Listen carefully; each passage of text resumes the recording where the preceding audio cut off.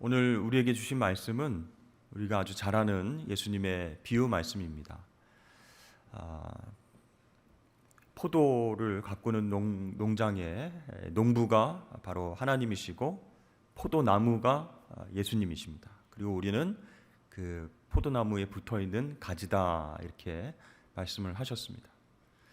그래서 예수를 나의 구주로 고백하고 구원받은 하나님의 자녀들은 예수님이라고 하는 포도나무에 가지로 붙어 있습니다.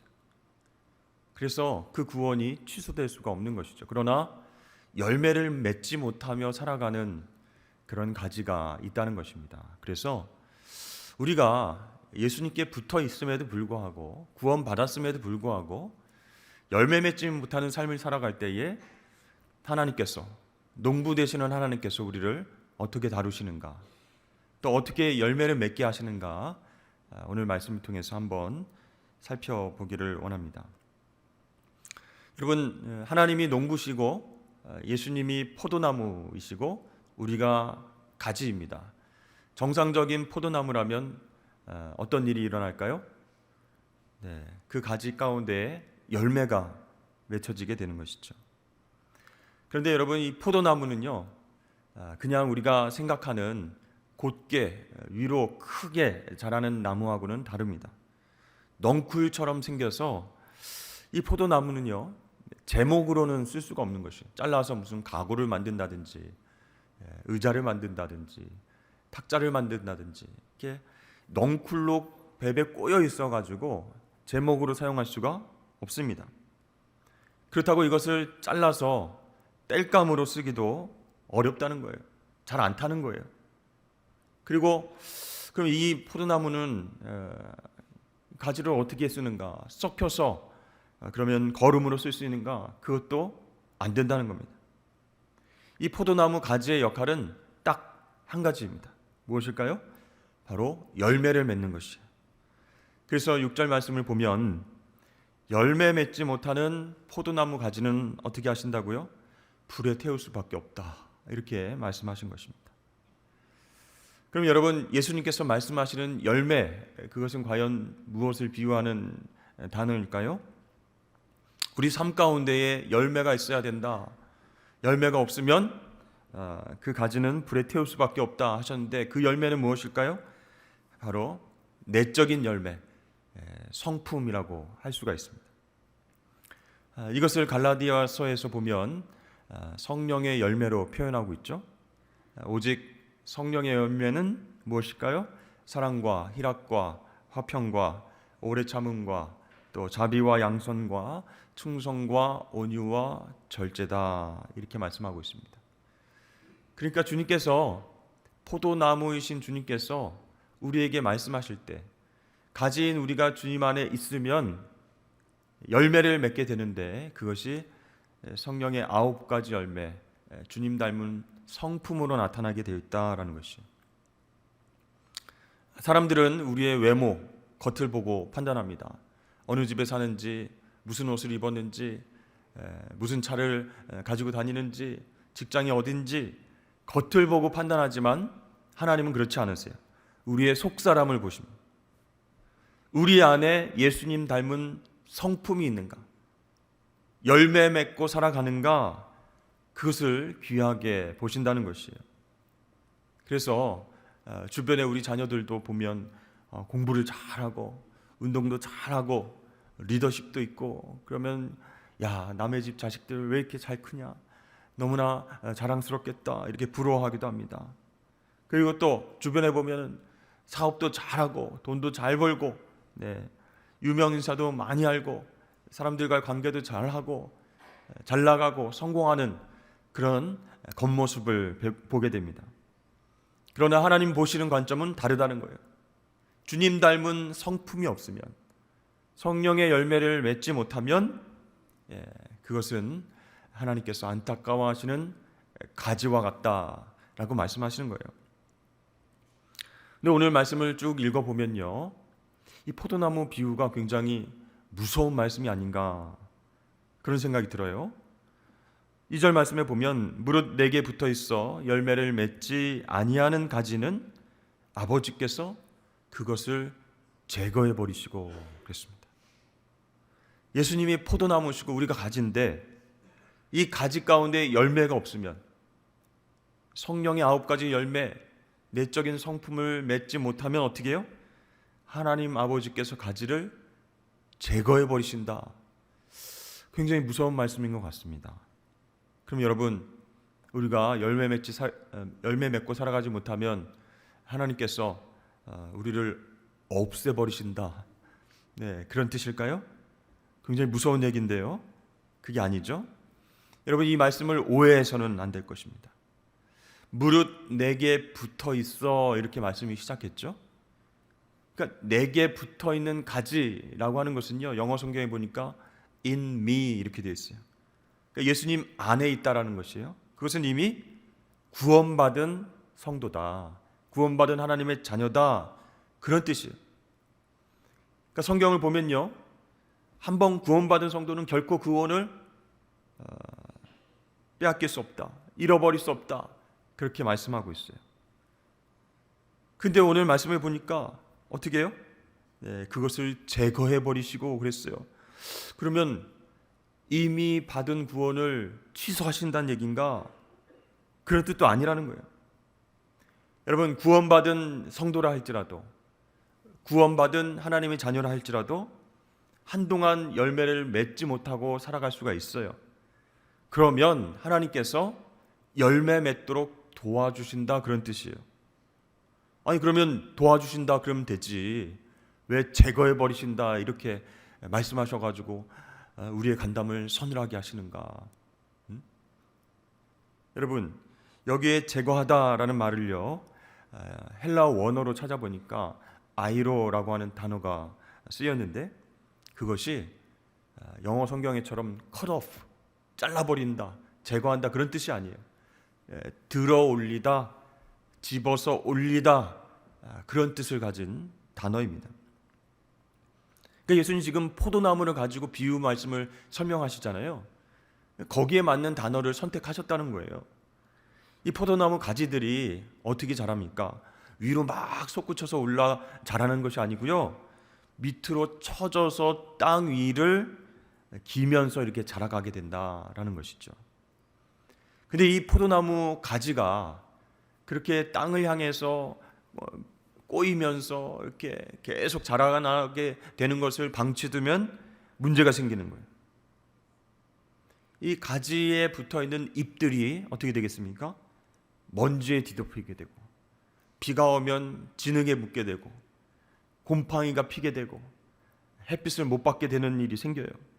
그러면 열매를 맺지 못하는 쓸모없는 가지가 된다는 것이에요. 자, 이때 농부가 해야 될 일은 무엇일까요? 물이 가득 담긴 양동이를 가지고 와서 그 가지들을 찾는 거예요. 땅으로 계속 이렇게 자라나서 먼지에 뒤덮이고 곰팡이 핀 그 가지들을 찾아내서 들어 올린 다음에 씻어주는 겁니다. 그리고 울타리 주위에다가 이렇게 매주고 그 위에 묶어준다라는 거예요. 그래서 여러분, 이 들어 올리다라는 뜻을 가진 아이로라고 하는 단어는 제거해서 없애버린다, 그런 뜻이 아니라 무슨 뜻이라고요? 들어 올린다, 들어 올려서 열매를 맺도록 도와준다, 그런 의미로 쓰인 단어라는 것이죠. 그렇습니다. 우리는 예수 믿고 구원받아서 포도나무의 가지로 딱 붙어서 살아가게 되는데요, 그런데 가지인 우리가 어떻게 살 때가 있어요? 땅을 막 기어다니면서, 먼지구덩이에 막 기어다니면서 곰팡이가 피고 그런 곳을 휘젓고 다니면서 살아갈 때가 있다는 거예요. 즉, 죄에 빠져서 회개하지도 않고 내 뜻대로 내 욕심대로 살아갈 때가 있다는 것입니다. 그런 가지를 봤을 때 농부가 하나님께서 어떻게 하신다고요?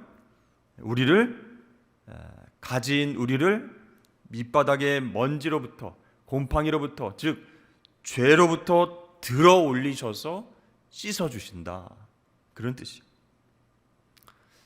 여러분, 이것을 성경은 전문적인 용어로 징계라고 이야기를 합니다.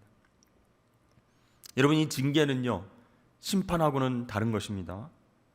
하나님 자녀가 된 것, 구원받은 것, 그 취소되는 것은 아니에요. 하지만 우리가 자녀로서 열매 맺는 삶을 살아야 되는데 그렇지 못하다면 하나님이 직접 개입하신다, 그런 뜻이에요.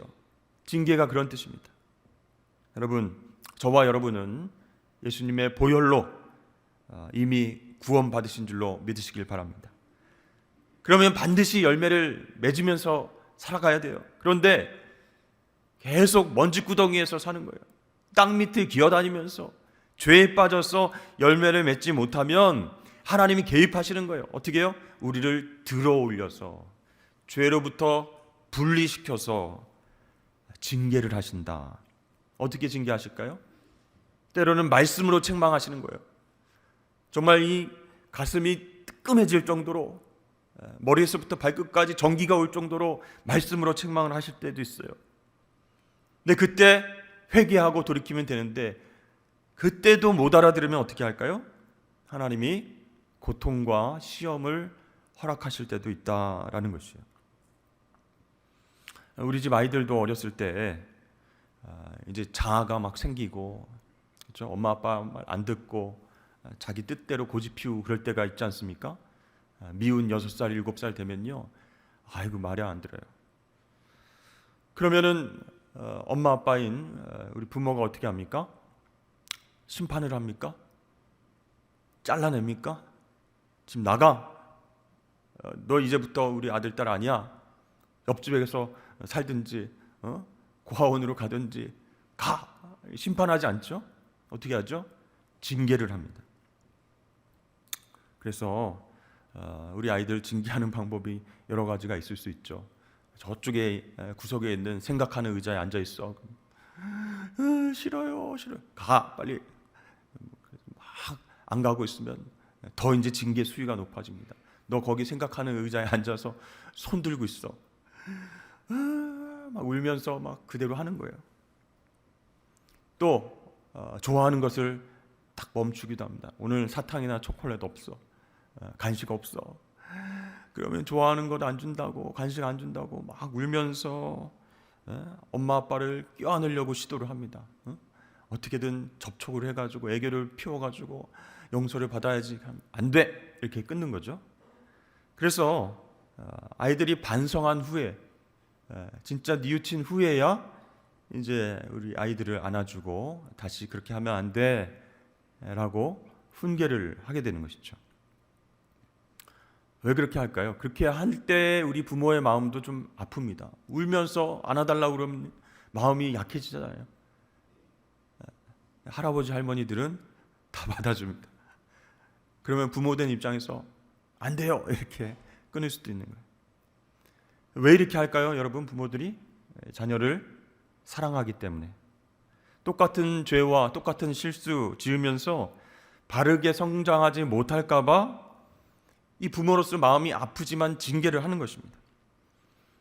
신명기 8장 5절 말씀에 너는 사람이 그 아들을 징계함 같이 내 하나님 여호와께서 너를 징계하시는 줄 마음에 생각하고, 이렇게 말씀합니다. 하나님은 우리를 사랑하신다는 거예요. 그래서 열매 없는 우리의 모습을 보시고 안타까워 하시는 거예요. 죄에 빠져서 흔들리는 모습 보시고 정말 먼지구덩이에서 곰팡이가 피고 썩어져가는 그런 삶을 사는 것을 보시고 안타까워하면서 부모의 마음으로 징계하실 때가 있다라는 거예요. 하지만 여기서 하나님을 오해해서는 안 됩니다. 하나님 나를 싫어하시는구나, 하나님 분노에 휩싸여서 당신의 마음대로 우리를 치시는구나, 이렇게 생각하면 안 된다는 거예요. 여러분, 자녀된 우리가 죄에서부터 멀어지게 하시려고, 열매 맺는 삶을 살게 하시려고 그렇게 우리를 들어올리실 때가 있는 거예요. 징계하실 때가 있습니다. 여러분, 우리가 열매 맺지 못하는 가지로 살아갈 때에 하나님은 부모된 마음으로 우리를 징계하실 수 있다. 말씀으로 징계하실 수 있고, 또는 어려움과 시험을 통해서 깨닫게 하시려고 우리를 들어올리실 때가 있다라는 것을 여러분 기억하시길 바랍니다. 두 번째로, 가지인 우리가 열매를 맺었어요. 열매 맺었는데 조금밖에 맺지 못하는 거예요. 또는 작은 열매를 맺는 거예요. 그런 가지는 어떻게 다루실까요? 2절 말씀에 우리 함께 읽겠습니다. 시작. 무릇 열매를 맺는 가지는 더 열매를 맺게 하려 하여 그것을 깨끗하게 하시느니라 그랬습니다. 자, 포도나무 가지가 열매를 맺고 있는데 하나님 원하시는 만큼 열매가 안 열릴 때, 아니면 작은 열매가 열릴 때가 있어요. 그때 하나님이 그래 괜찮아, 그 정도면 됐다, 너니까 그 정도 열매를 맺었지, 괜찮아, 그렇게 말씀하지 않으시고 우리를 다듬으셔서 더 풍성한 열매를 맺게 하신다는 거예요.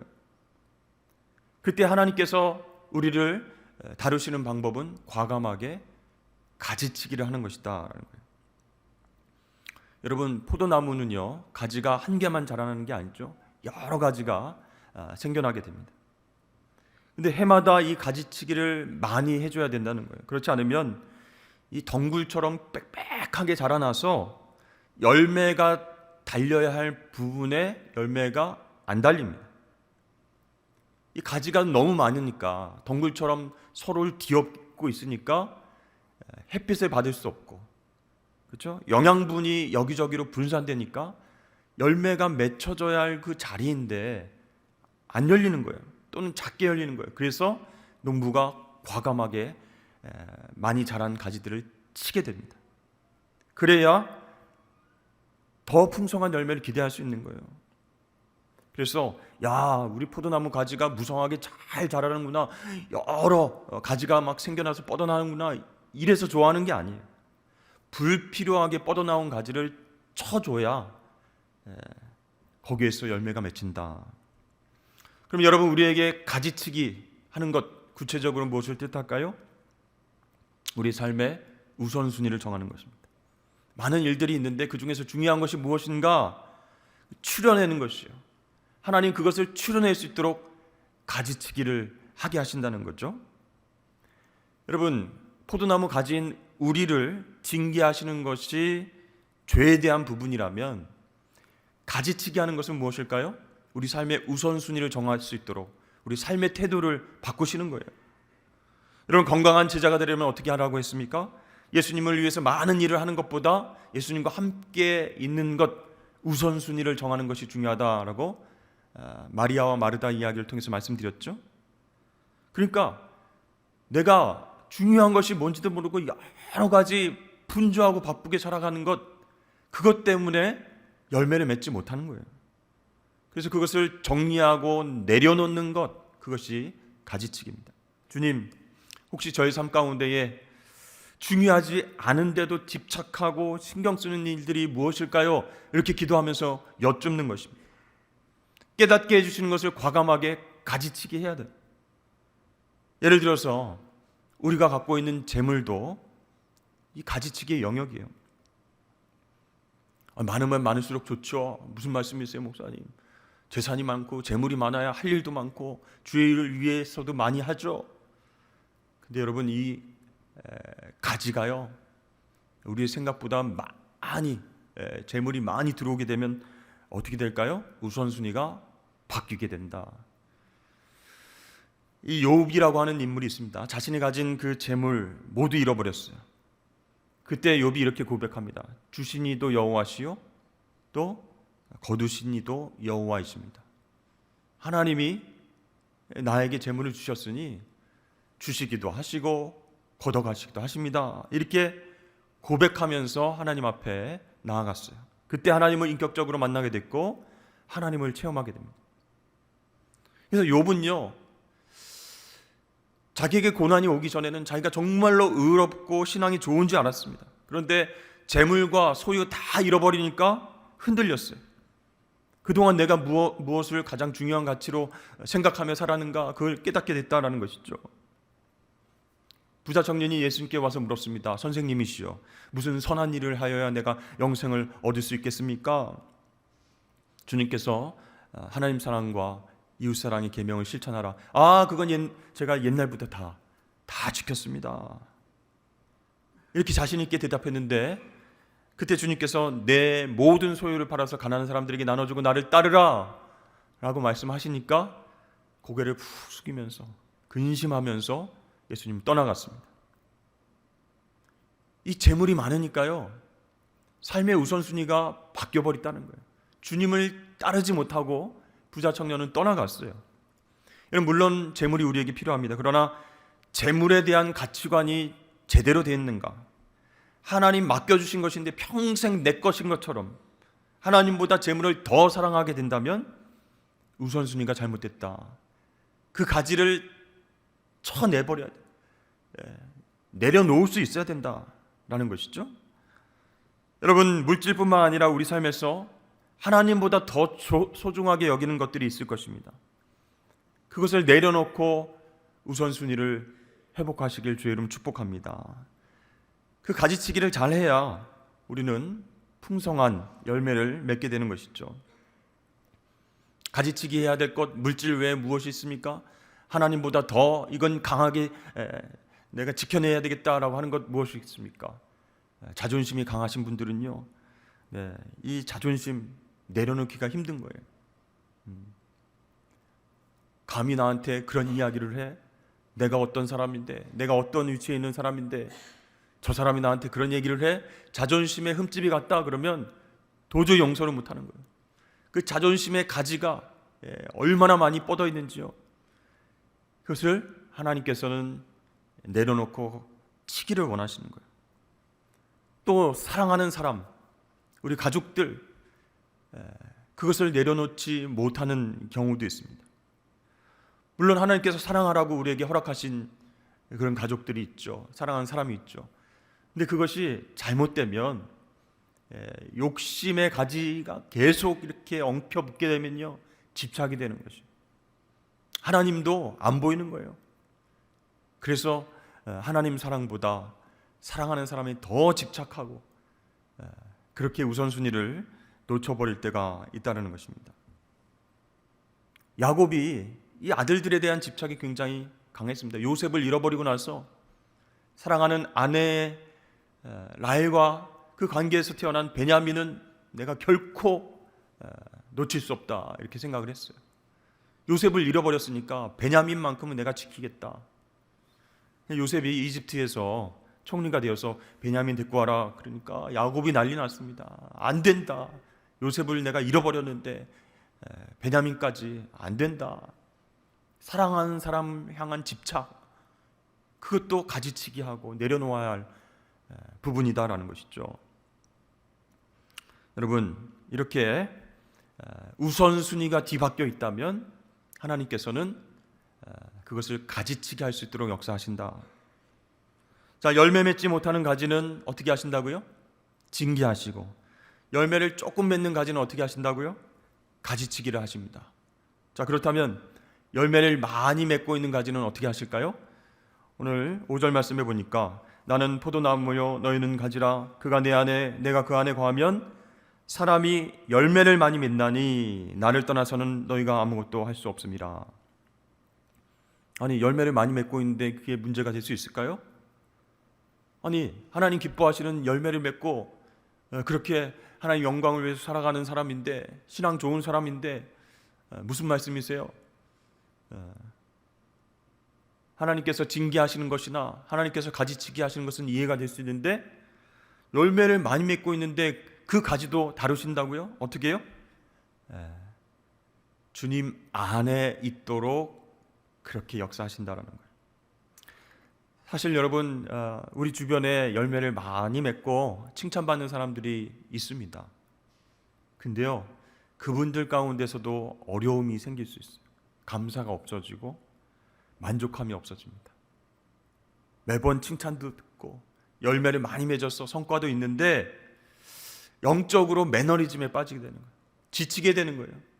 내가 왜 이 일을 또 하고 있던가. 당연히 받는 칭찬이고 하나님께서 나를 축복하셔서 이런 열매들을 맺고 있는데 하면서 지치고 감사가 없고 기쁨이 없고 만족이 없는 상태가 될 수 있다는 거예요. 그때 필요한 처방이 무엇입니까? 오늘 비유를 통해서 말씀하시는 것이 예수님 안에 거하는 것이다. 주님께서는 내 안에 거하라 그러면 나도 너희 안에 거하리라, 이렇게 반복해서 계속 말씀하고 계세요. 여러분, 그렇다면 예수님 안에 거하는 것 무슨 뜻일까요? 그거는요, 포도나무에 붙어있는 가지인 우리가 필요할 때만, 급할 때만 예수님 찾는 게 아니라는 거예요. 평소에 매일매일 예수님과 잘 연결되어 있는 상태, 그것이 주님 안에 있는 것입니다. 계속해서 예수님과 교제하는 것, 그게 중요하다는 거예요. 여러분, 어떻게 그것이 가능합니까? 매일 경건의 시간을 갖는 거예요. 큐티와 성경 공부, 또 통독, 기도의 생활을 계속해 나가는 것입니다. 여러분, 하나님 말씀을 읽는 것은요, 말씀이신 예수님 안에 푹 잠긴다 그런 뜻이에요. 그분과 함께 교제한다는 것이에요. 그러면 우리가 기도한 그 기도의 내용대로 하나님 응답하여 주십니다. 오늘 7절 말씀을 보시면 너희가 내 안에 거하고 내 말이 너희 안에 거하면 어떻게 해요? 무엇이든지 원하는 대로 구하라. 그리하면 이루리라. 우리가 주님과의 깊은 교제 가운데 있으면, 주님 안에 거하면, 말씀과 기도 가운데 그분과 깊이 교제하면 구하는 대로 얻게 될 것이다 라고 말씀하고 있습니다. 여러분, 요즘 핸드폰하고 스피커 어떻게 연결하십니까? 줄로 연결 안 하죠? 프린터와 PC, 컴퓨터가 있어요. 어떻게 연결합니까? 줄 없이. 스마트폰과 또 스마트워치 뭘로 연결합니까? 줄로 연결 안 하죠. 블루투스로 연결이 되는 거예요. 손으로 직접 하지 않아도 동기화돼서 클릭하고 터치만 하면 반응하게 됩니다. 마찬가지로 예수님 안에 우리가 거하면, 그분의 말씀을 묵상하고 순종하면, 또 기도하면서 깊이 교제하면 어떻게 될까요? 예수님과 우리가 동기화가 되는 거예요. 주님의 마음과 우리의 마음이 통하게 되는 거예요. 그래서 주님이 내 안에 계시고 내가 주님 안에 있다라는 것을 경험하면서 움직이게 되는 것이, 행동하게 되는 것이 가능하게 됩니다. 그것이 기도 응답이고 그것이 열매 맺는 삶인 줄로 여러분 믿으시길 바랍니다. 여러분, 이렇게 예수님 안에 거하는 사람은요, 자기 힘으로 자기 지혜로 일을 하려고 하지 않습니다. 항상 기도하면서 주님의 뜻을 분별하려고 노력합니다. 그러니까 무슨 일을 시키거나 무슨 일을 할 때에도 짜증내거나 화를 내거나 왜 이렇게 합니까? 저렇게 합니까? 이렇게 하지 않고 감사하면서 여유 있게 하는 것이죠. 사랑하는 성도 여러분, 포도나무이신 예수님 안에 거하시기를 주의 이름 축복합니다. 그럴 때만이 우리는 열매 맺는 삶을 살 수 있어요. 성령의 9가지 열매를 주렁주렁 맺히면서 그렇게 하나님 기뻐하시는 삶을 살아가실 수가 있습니다. 여러분, 예수님 안에 거하는 것 무엇일까요? 우리가 왜 또 기도에 참석하고 또 성경 통독을 하고 말씀을 읽고 그렇게 나아가자라고 권면하는 것일까요? 예수님 안에 있기 위해서, 그분과 깊이 교제하기 위해서입니다. 그렇게 예수님 안에서 많은 열매를 맺고 승리하는 한 해를 보내시길 주의 이름으로 축복합니다.